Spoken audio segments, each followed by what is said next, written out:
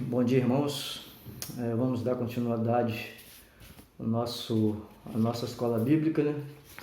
E hoje nós vamos falar sobre a posição correta com Deus. Semana passada nós falamos sobre a reconciliação, pelo qual Deus, a justiça de Deus se satisfez em Jesus através da sua morte.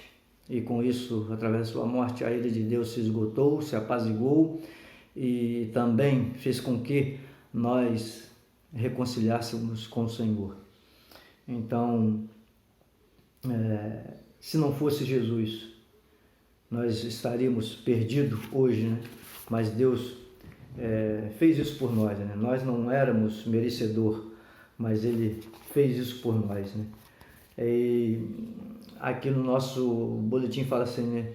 Agora vamos pensar numa pergunta que, à luz da eternidade, com certeza é a pergunta mais importante que todos enfrentamos.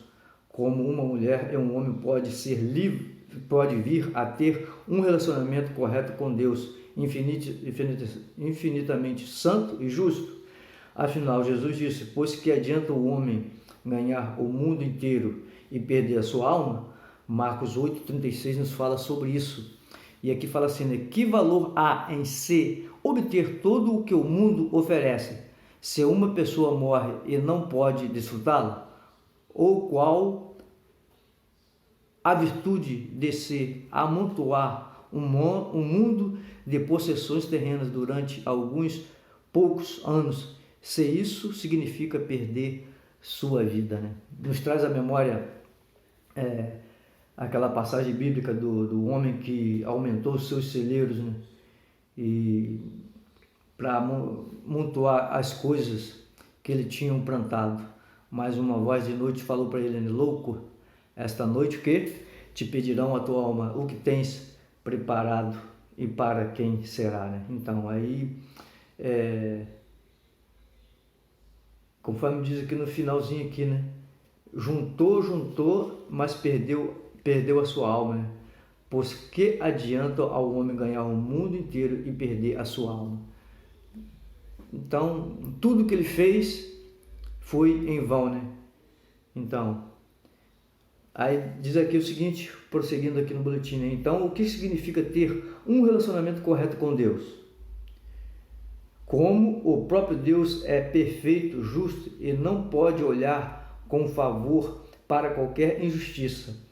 A única maneira pela qual podemos ter esse relacionamento com Ele é sendo perfeitamente justo, como Ele é justo. Mas esse é o nosso problema, pois como o apóstolo Paulo descreveu, como está escrito, não há nenhum justo, nenhum sequer. Romanos 3:10.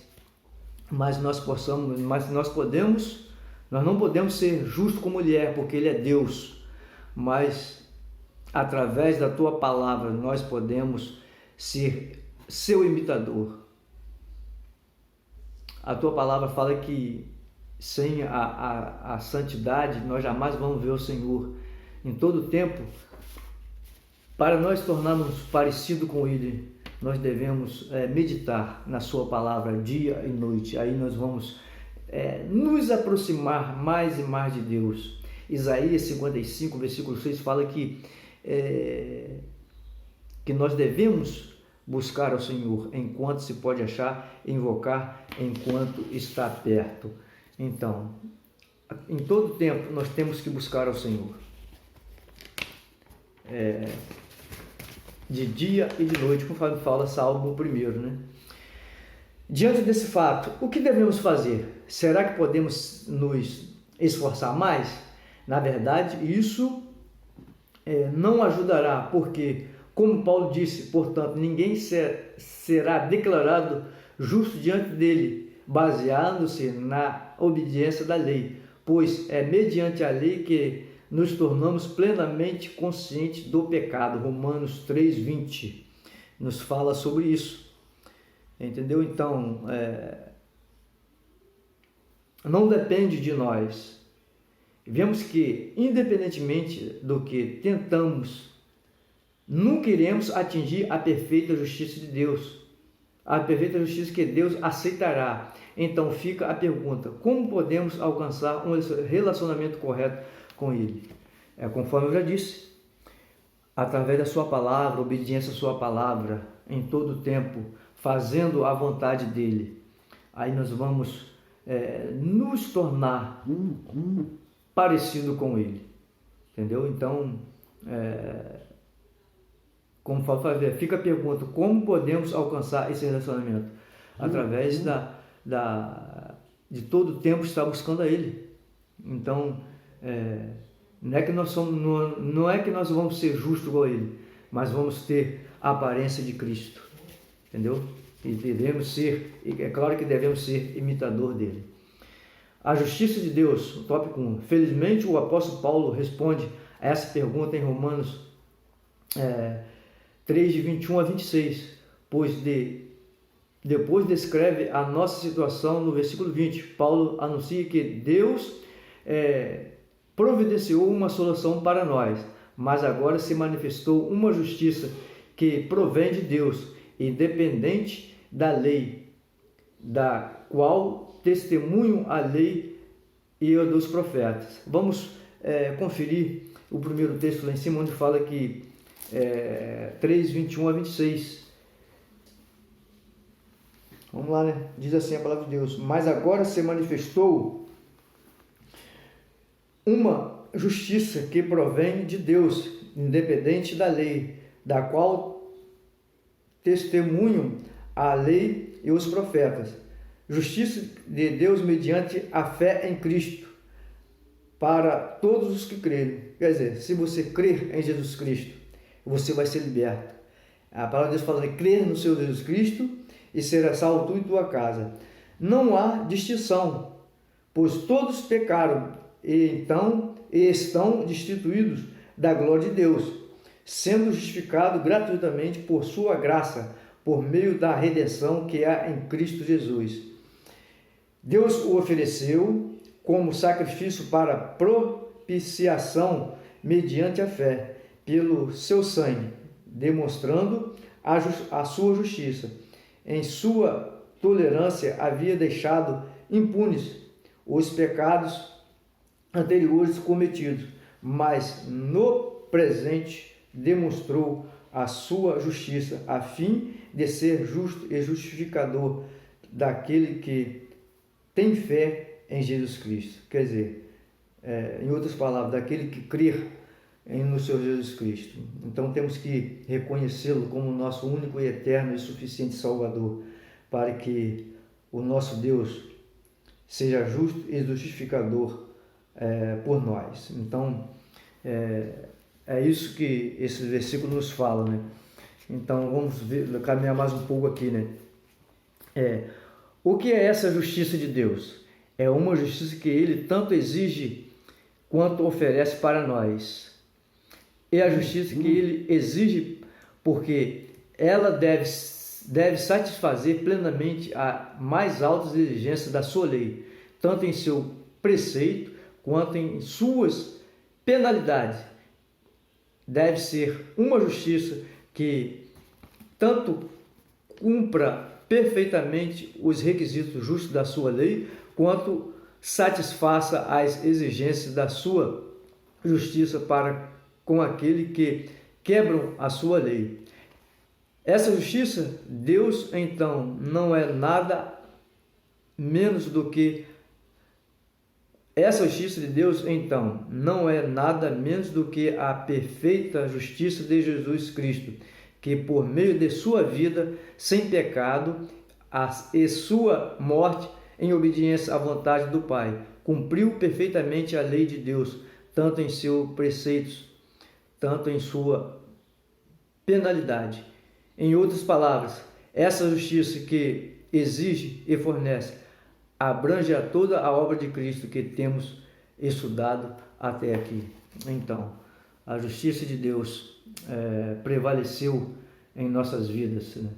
Em que com a obra de Cristo ali na cruz, nós fomos resgatados do pecado, né? Fomos reconciliados novamente com Deus. Olá, meus irmãos, vamos continuar o nosso estudo no Evangelho para a Vida Real, hoje tratando sobre a posição correta com Deus. A gente acabou de ver com Amós o que é a justiça de Deus, como ela funciona, o que ela é.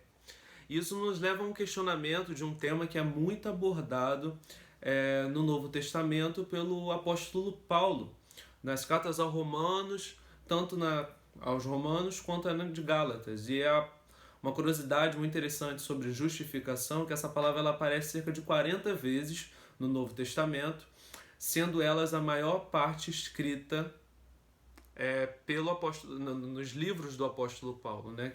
Nos escritos do apóstolo Paulo.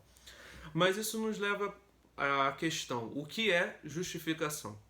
Justificação nada mais é que a declaração de Deus de que somos justos diante dele. Ou seja, Deus perdoou todos os nossos pecados e nos aceitou como justos diante dele. E a gente vê num relato em Romanos 3, versículo 20, o apóstolo Paulo nos diz: portanto, ninguém será declarado justo diante dele, baseando-se na obediência à lei, pois é mediante a lei que nos tornamos conscientes do pecado, plenamente conscientes do pecado. E isso pode te levar a um questionamento: como isso é possível? Como que Deus ele nos aceitou como justos diante dele? Sabe, quando as nossas atitudes, as nossas melhores ações ficam, sabe, tão aquém de corresponder às justas exigências da lei de Deus. E a resposta ela não está em mim, não está em você. A resposta está na nossa união com Cristo. E a gente vai entender um pouco melhor sobre isso. Em toda a história humana, Deus nomeou 2 homens para que eles pudessem ser os representantes de 2 grupos. O primeiro, Adão, o primeiro homem a ser criado. Ele foi designado para representar toda a raça humana. Então, a gente tem uma ligação com Adão porque ele foi o nosso representante. Ele foi a primeira pessoa criada e designada por Deus para ser o nosso representante aqui na Terra. Então, a partir do momento que Adão tomou do fruto, naquele momento que houve a desobediência, teve a queda, a partir desse momento que o pecado entrou no mundo, nós, por Adão ser o nosso representante, quando ele pecou, nós também, consequentemente, pecamos também. Então, nós ficamos manchados pelo pecado por conta de Adão, porque Adão foi o nosso representante. E a segunda pessoa é Jesus, que ele foi designado para representar, tanto na sua vida, quanto após a sua morte, que em todas aquelas pessoas que confiaram nele em algum certo momento. Então, Cristo, ele é o representante de todo aquele que crê no nome de Cristo. Então, quando a gente confia em Cristo, ele se torna o nosso representante. Então, são esses 2 homens os representantes de 2 grupos. O primeiro, Adão, da raça humana como um todo, e Cristo como representante de todo aquele que crê no nome dele. Por isso que a gente vê lá em Gálatas 2:20 o relato do apóstolo Paulo dizendo: fui crucificado com Cristo. Ou em Romanos 6:8, quando ele diz: ora, se morrermos com Cristo, cremos que também com ele viveremos. Então, o apóstolo Paulo ele fala isso porque ele tem um completo entendimento que, aí está a resposta, por essa união, por meio da fé no nome de Cristo, nós estamos sendo representados por Cristo. Então, por isso que ele fala que ele foi crucificado com Cristo. Ora, se morremos com Cristo, cremos que também com ele viveremos. Então, isso é o entendimento de Paulo sobre a união que nós temos com Cristo mediante a fé, por meio da fé. Por isso, aí está a nossa resposta.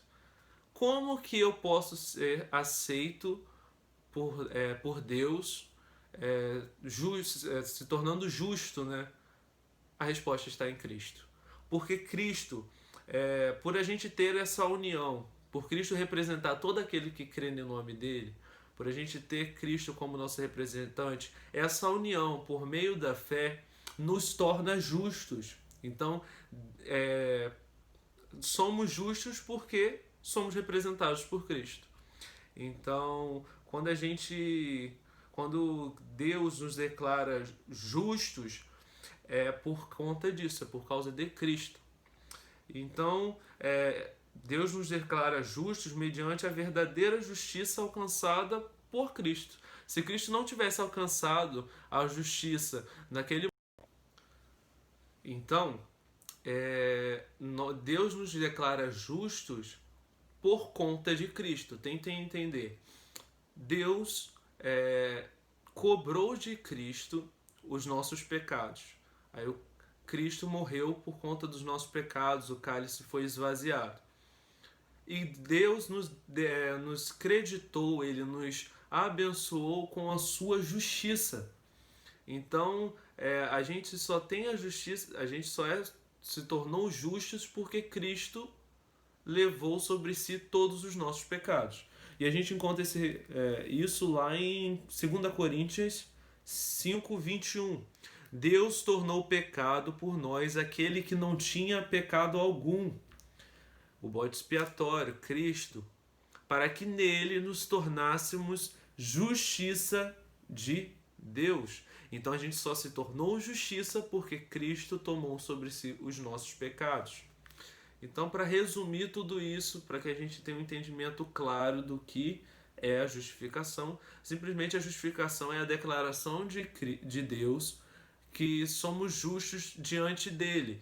Então, simplesmente Deus tomou o nosso pecado, cobrou de Cristo, e depois Deus tomou a sua justiça e creditou a nós. E Deus tratou, resumindo, Deus tratou Cristo como nós merecíamos, né, ser tratados, e para que a gente pudesse ser tratado por Deus como Cristo merecia ser tratado. Então a gente está recebendo uma graça que não era merecida, uma graça imerecida para a gente.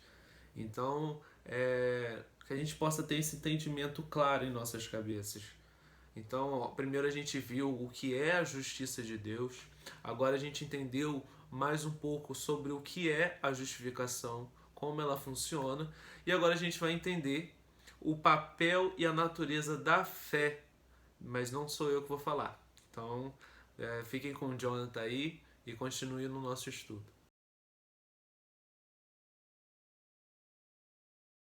Olá, irmãos. Bom dia, boa noite, boa tarde, não sei qual horário vocês vão estar vendo esse vídeo.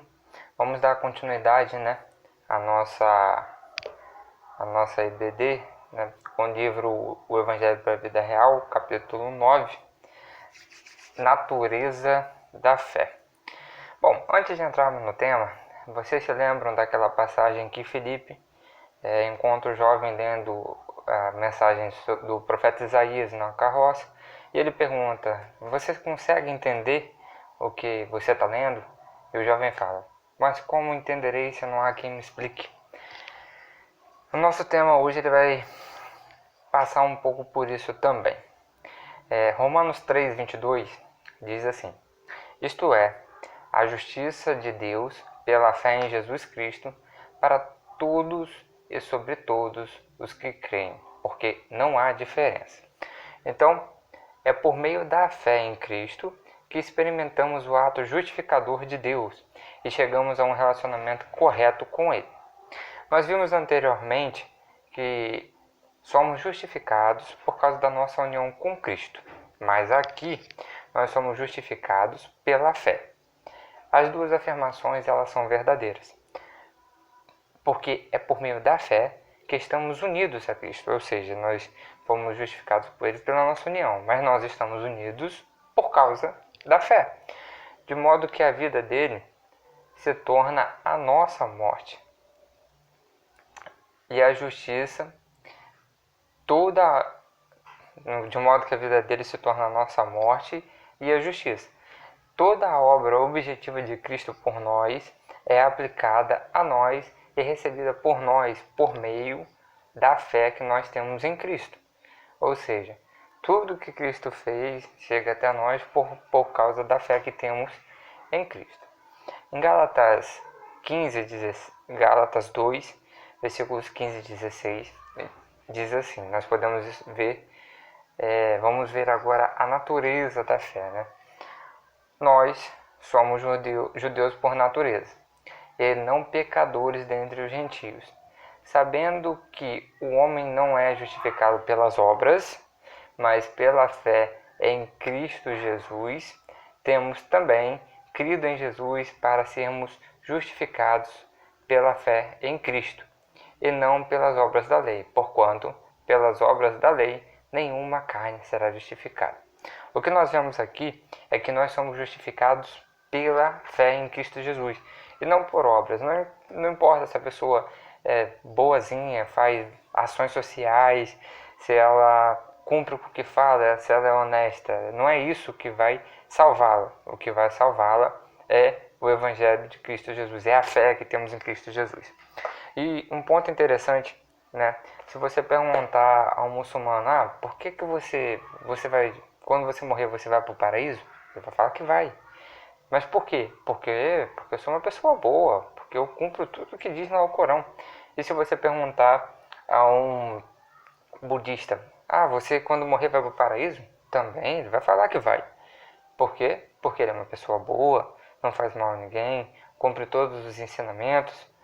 E se você pegar e fazer essa pergunta para um cristão verdadeiro, você vai perguntar, você quando morrer vai para o céu? Ele vai parar, vai olhar para você e vai dizer, vou sim. Mas por quê? Bom, eu vou porque Cristo morreu na cruz e por conta da morte de Cristo, por isso eu tenho fé, né? Eu ouvi falar de Cristo, eu ouvi falar da sua morte que nos trouxe salvação, eu tenho fé nesse Cristo, eu acredito nele, eu sigo ele, eu cumpro aquilo que ele nos ordena. Então, a diferença tá. As outras religiões, as pessoas acreditam que vão para o paraíso porque eram boas pessoas, por conta das suas ações. Já o evangelho puro e verdadeiro, não, você não vai para o paraíso por conta das suas ações, você vai para o paraíso por conta do sacrifício de Cristo e pela fé que você tem em Cristo. Dando prosseguimento, né?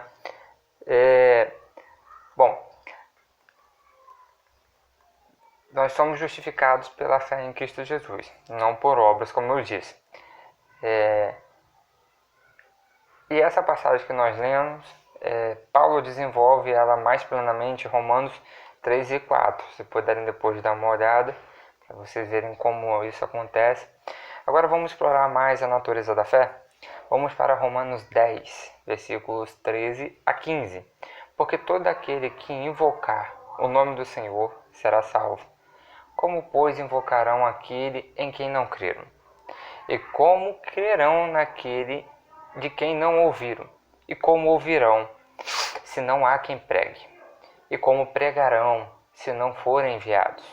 Como está escrito, quão formosos são os pés do que anunciam o evangelho de paz, dos que trazem alegres novas de boas coisas, ou seja, as boas novas. Nessa passagem, nós vamos poder ver 4 verbos interessantes: invocar, crer, ouvir e pregar. Bom, o que acontece? Se você inverter a ordem das palavras, nós vamos ter pregar, né? Ouvir, crer e invocar. E o que isso quer dizer? Como nós lemos na passagem. Como eu vou ouvir se não tem quem pregue? Como eu vou ter fé se também não dá quem pregue? Ao anunciar o Evangelho, você pode alcançar pessoas que estão perdidas longe de Cristo. De que forma? Quando você anuncia o Evangelho, quando você anuncia que Cristo morreu pelos nossos pecados, segundo as Escrituras, como diz em Coríntios 15:3, essa pessoa, o seu ouvinte, ela vai ouvir essa palavra. Através dessa palavra, ela pode vir a ter fé, ela pode vir a crer. E o que isso vai lhe possibilitar ela invocar a Cristo, ou seja, confiar em Cristo.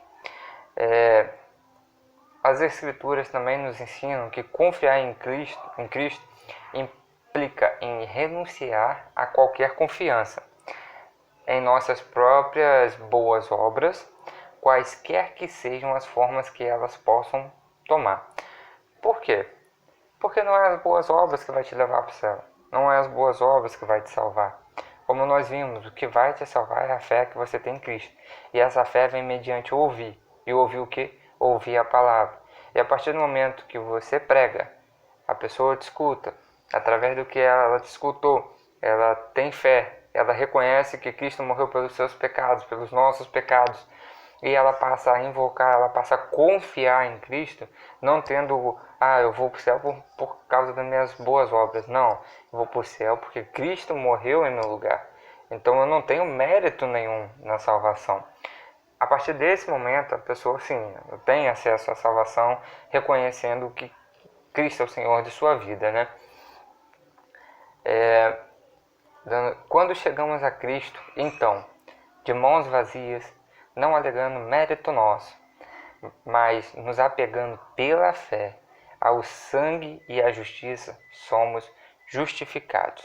Ou seja, o que entendemos aqui é que não são nossos méritos, não é você ser uma pessoa boa, não é você ser uma pessoa excelente, não é você ser a melhor pessoa do mundo que vai te fazer ir para o céu. Não é isso que vai te fazer ser salvo. O que te faz ser salvo e ir para o céu, ter a vida eterna, é a fé que você tem em Cristo Jesus como Senhor e Salvador de nossas vidas. Não são as suas obras, não é pela sua força, é pelo que Cristo fez. E isso, meus amigos, é muito bom.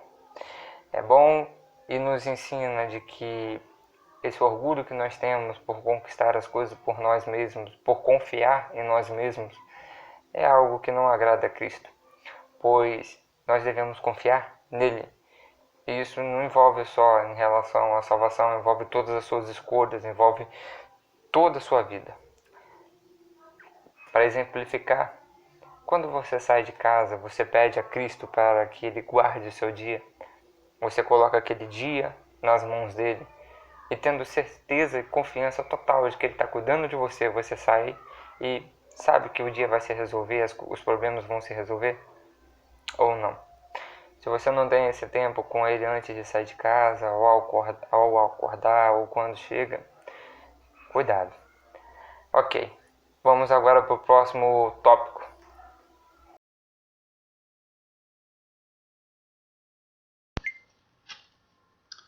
Bom dia, meus irmãos. E agora, partindo para a parte final da nossa lição. Semana passada, então, recapitulando um pouco, nós aprendemos sobre a reconciliação, a grande obra que o Senhor realizou por nós na cruz, morrendo na cruz pelos nossos pecados. Compreendemos bem a figura apresentada no Antigo Testamento, representada pelo bode, tanto o bode propiciatório, onde Deus se torna favorável a nós, o bode emissário, aquele que é levado para o deserto e deixado lá, simbolizando então que o nosso pecado ele foi afastado de Deus e deixado por lá. E mediante isso então, essa obra expiatória de Cristo, o seu sacrifício substitutivo em nosso lugar, nós somos reconciliados com Deus. Essa reconciliação ela é definitiva, ela é permanente e ela é eterna. Também vimos isso lembrando do que aconteceu no Antigo Testamento. Ela é definitiva porque, a exemplo, diferentemente do que acontecia no Antigo Testamento, era necessário que ano após ano o sacerdote se apresentasse a Deus, oferecesse sacrifício pelos seus pecados da família, não é? E sempre tinha um animal tendo o seu sangue derramado sobre o propiciatório. E Jesus, então, como diz o autor aos Hebreus, ele oferece um sacrifício perfeito, aceitável a Deus de uma vez por todas, né? Ele é permanente, né? A justiça de Cristo, a perfeição do Senhor, ela agradou ao Senhor, ela satisfez a justiça de Deus. E por isso, então, não há mais a necessidade de novos sacrifícios. E também ela é eterna por causa disso. Os efeitos do sacrifício de Cristo, eles são eternos. O Senhor agradou moê-lo, mas ele também viu o fruto do seu serviço, e por toda a eternidade. Então, diante disso, como que é possível um homem pecador se relacionar com um Deus que é santo e que é justo? E o que isso significa para nós? Aparentemente, nós estamos diante de um grande abismo, porque Deus ele é santo, ele é justo e nós somos pecadores, né? Como que é possível se relacionar com esse Deus?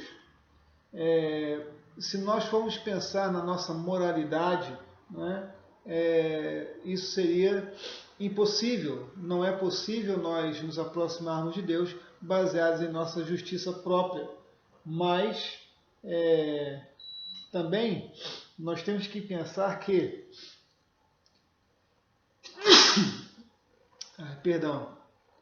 devemos então fazer o quê? Nós devemos nos esforçar mais, devemos fazer o que para isso? Né? A nossa justiça própria, nós também aprendemos isso, que pela obediência à lei, isso é impossível, né? Porque nenhum de nós, não há um justo sequer, não há ninguém que busca Deus. Paulo fala em Romanos 3. Né? Então, diante da nossa impossibilidade, da nossa incapacidade de buscar a Deus, como é possível se relacionar com esse Deus? Nós vimos que a justiça de Deus, ela se faz presente. O Senhor, ele providenciou uma solução para nós. Romanos 3:21, nós vimos que mas agora se manifestou uma justiça que provém de Deus. E essa justiça que provém de Deus, ela se refere exatamente à justiça em Cristo, na pessoa de Cristo. Então, ela se aplica a nós pela providência de Deus em nossa vida, como uma solução do próprio Senhor para cada um de nós. Vimos também que por causa dessa grande obra, nós fomos justificados, fomos declarados justos por causa da nossa fé em Jesus. Então, mediante a fé nele que nós recebemos essa declaração. Embora pecadores, embora merecedores da ira de Deus, o Senhor Deus, por causa da nossa fé em Cristo, nós fomos declarados justos. A justiça de Cristo foi creditada a nós. E essa justiça, então, ela é conquistada mediante a fé. Vimos isso em Romanos 3:22, por exemplo, quando ele diz assim: justiça de Deus mediante a fé em Jesus Cristo para todos os que creem. Então, nós não conquistamos essa declaração de justificados por mérito próprio. Não praticamos boas obras, não fizemos nenhuma outra coisa que pudesse ser aceita pelo Senhor ou que nos tornássemos aceitos por Deus. Mas a nossa fé na obra de Jesus Cristo é que nos fez conquistar essa justiça. E por fim, qual é o resultado de tudo isso? Uma vez reconciliados, uma vez que temos a certeza de que essa reconciliação ela é irrevogável, ela é definitiva, ela é permanente, ela é eterna, tudo baseado no mérito de Cristo, não é? Nós temos paz com Deus. Paulo fala aos Romanos, capítulo 5, verso 1. Tendo sido, pois, justificados pela fé, temos paz com Deus por meio do nosso Senhor Jesus Cristo. Então, essa paz com Deus, ela passa a existir a partir do momento, como Paulo diz, olha o tempo verbal que ele usa. Tendo sido, pois, justificados pela fé. Ele aponta para o passado. Nós já fomos justificados e essa justificação, ela veio pela fé. Então, alguém pregou o Evangelho para nós ouvimos, nós cremos, nós confiamos no Senhor. Então, nós passamos a desfrutar da justiça que há em Cristo. Então, a nossa confiança de que Jesus nos substituiu na cruz do Calvário nos fez que nós fôssemos declarados justos e tivéssemos então paz com Deus mediante a Cristo. Essa paz com Deus, ela tem dois lados, duas facetas. Primeiro, ela se apresenta a nós como uma paz objetiva, ou seja, ela cumpriu o seu propósito. Aquela inimizade, aquele distanciamento, a guerra que havia entre nós e a vontade de Deus, a nossa inimizade, ela acabou. A guerra acabou. Porque essa paz, ela é objetiva, ela foi alcançada na pessoa de Jesus. Ela cumpriu o seu propósito. Então, nós temos paz com Deus.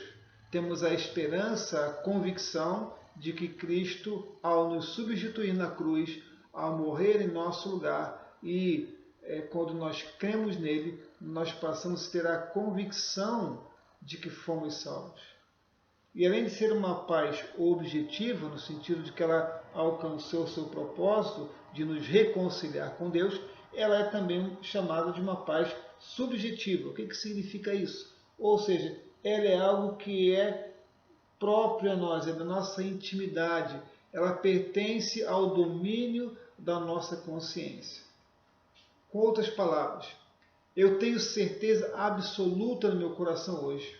Eu tenho total confiança, eu tenho plena convicção de paz com Deus. A minha consciência me deixa tranquilo com relação a isso. Então, é uma questão de intimidade com Deus. Né? Então, o grande problema que nós enfrentamos hoje em dia está relacionado a exatamente isso. Sobre descansar em Deus, quando o assunto é reconciliação com o Senhor, quando o assunto é desfrutar já em vida os benefícios dessa reconciliação. Então, o nosso próximo tópico, um evento pontuado no tempo, ele traz exatamente um esclarecimento sobre isso.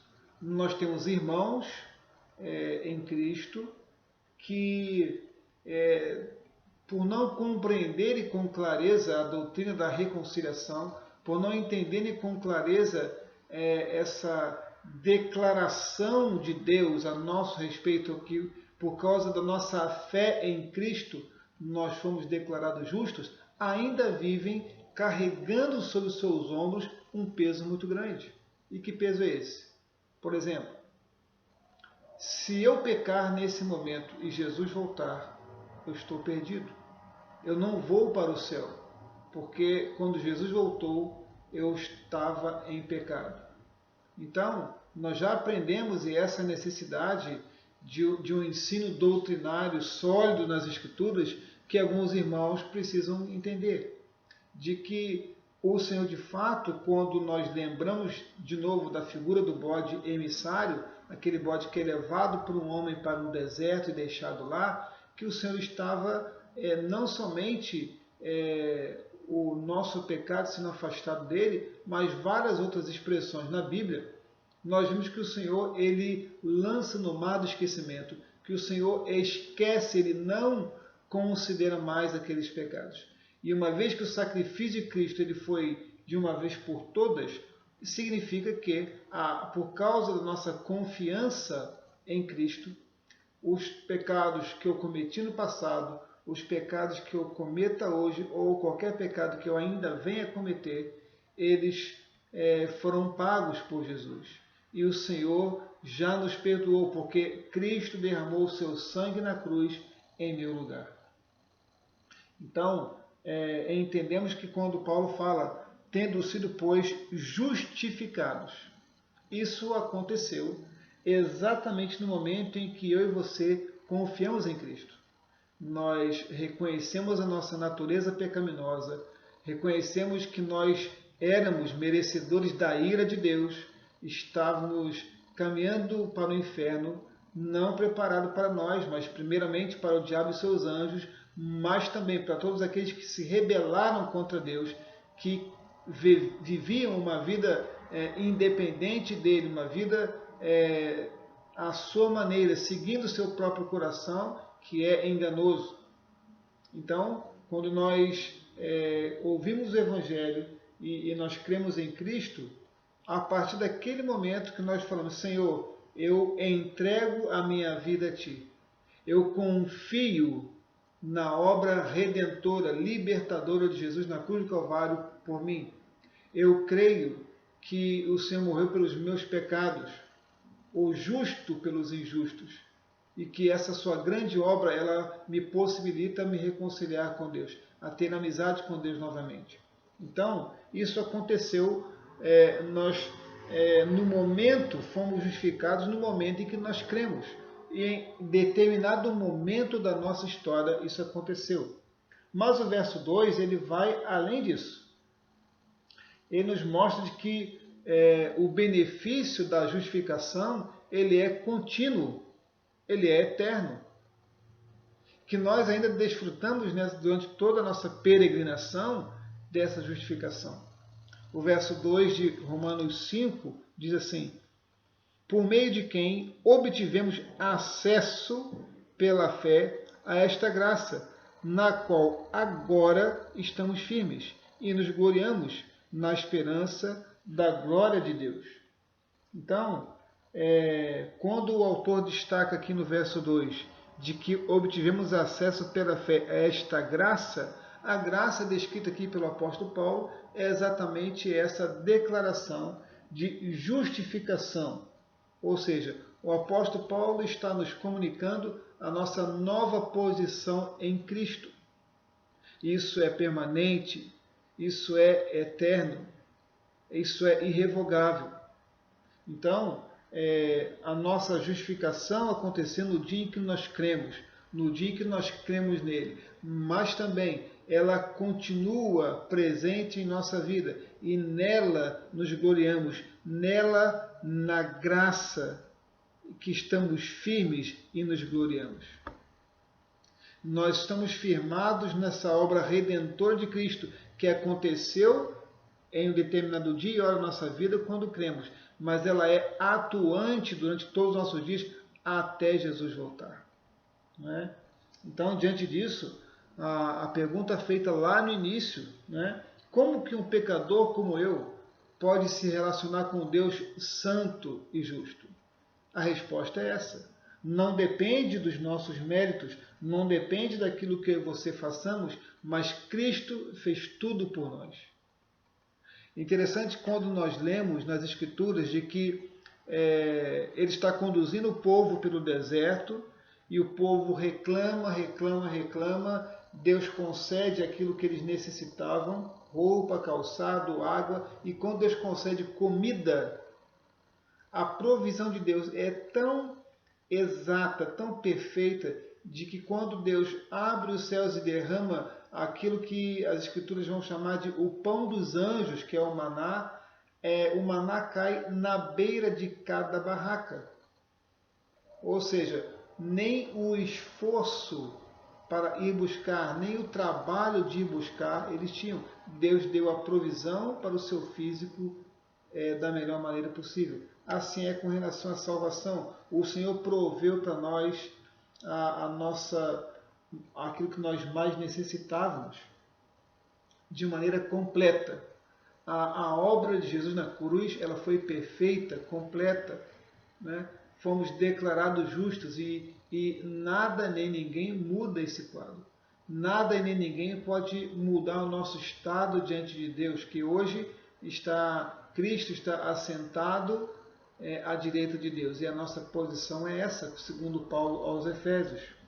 Então, logo nós concluímos então que essa justificação ela é algo presente. Nós erramos e, como eu disse, alguns irmãos nossos fazem uma separação disso, não é? Aliás, são dois erros. Primeiro, em trazer para si uma responsabilidade que nós não podemos ter, que é sermos responsáveis de alguma maneira pela nossa salvação, exigir uma perfeição que eu não posso oferecer ao Senhor. Eu sou um homem pecador. Davi disse, eu nasci em pecado me concebeu a minha mãe, né? As Escrituras dizem que se eu cumpro todos os mandamentos da lei, mas eu tropeço em um, eu descumpri todos eles. Por isso Paulo fala em Romanos, todos pecaram. Não há um justo sequer. Então, por isso que a nossa confiança na vida eterna ela está em Cristo e não nos nossos méritos. Nós não podemos ser arrogantes e legalistas achando que depende daquilo que eu faço. Então, a conclusão que nós chegamos é que o segundo erro é quando nós fazemos uma separação da nossa esperança em Cristo na eternidade para com o nosso relacionamento diário com Ele. Nós fazemos aquilo que a gente chama de dicotomia. Fazemos uma separação. Uma coisa é desfrutar da vida eterna com Deus, outra coisa é desfrutar de um relacionamento íntimo com Ele. Nós passamos a ter um pensamento semelhante aos gregos no passado tinham, onde entendiam que a alma sim ela era importante, mas o corpo era mau e o corpo não poderia se relacionar com aquilo que era espiritual. Pelo contrário, as Escrituras falam que o Senhor ele habita em nós, ele tabernaculou. O Senhor Jesus Cristo agora ele habita na vida de cada crente mediante o Espírito Santo de Deus. Então, aquele que estava longe, ele se aproximou, né? Quando nós pensamos na figura de Jesus, o Emanuel, Deus conosco, ele é um Deus presente, né? Então, o Senhor deseja e nos busca, né? E nós citamos isso nas Escrituras, né? Lemos isso, de que o Senhor está em busca de verdadeiros adoradores. Ou seja, o Senhor, ele se revelou a nós com a intenção de se relacionar conosco. Diariamente, o Senhor quer nutrir esse relacionamento, né? Então, nós não podemos separar isso. E pelo contrário, a nossa aceitação da parte de Deus nada tem a ver com o nosso desempenho. Isso é a primeira aplicação prática que nós temos que fazer. O Senhor nos aceita não porque eu ou você somos bons, não porque eu e você evangelizamos 5 pessoas e 4 delas se converteram, né? O Senhor não nos aceita porque lemos a Bíblia diariamente, somos pessoas piedosas que oramos com frequência. Não, o Senhor nos aceitou pelos méritos de Cristo. E aí a nossa comunhão com Cristo, ela logicamente vai mudar a minha maneira de pensar, a minha maneira de agir, o que eu penso sobre Deus, sobre a sua palavra, como eu me porto diante dele, como eu me relaciono com ele. Mas jamais um crente em Cristo, ele vai confiar no seu desempenho ou vai ficar decepcionado diante de Deus pela sua falta de desempenho, porque ele entende a sua natureza. E ele sabe que o Senhor o aceita apesar dele, né? Então, a nossa aceitação da parte de Deus não tem a ver com o nosso desempenho. O apóstolo Paulo, escrevendo aos Gálatas, ele fala que da seguinte maneira, Gálatas 2, verso 20, fui crucificado com Cristo, assim já não sou eu quem vive, mas Cristo vive em mim. A vida que agora vivo no corpo, vivo pela fé no Filho de Deus, que me amou e se entregou por mim. Né? Então, o apóstolo Paulo, ele demonstra que ele está muitíssimo consciente de que a sua justificação é algo presente. Né? Fui crucificado com Cristo. Já não sou eu quem vive, mas Cristo vive em mim.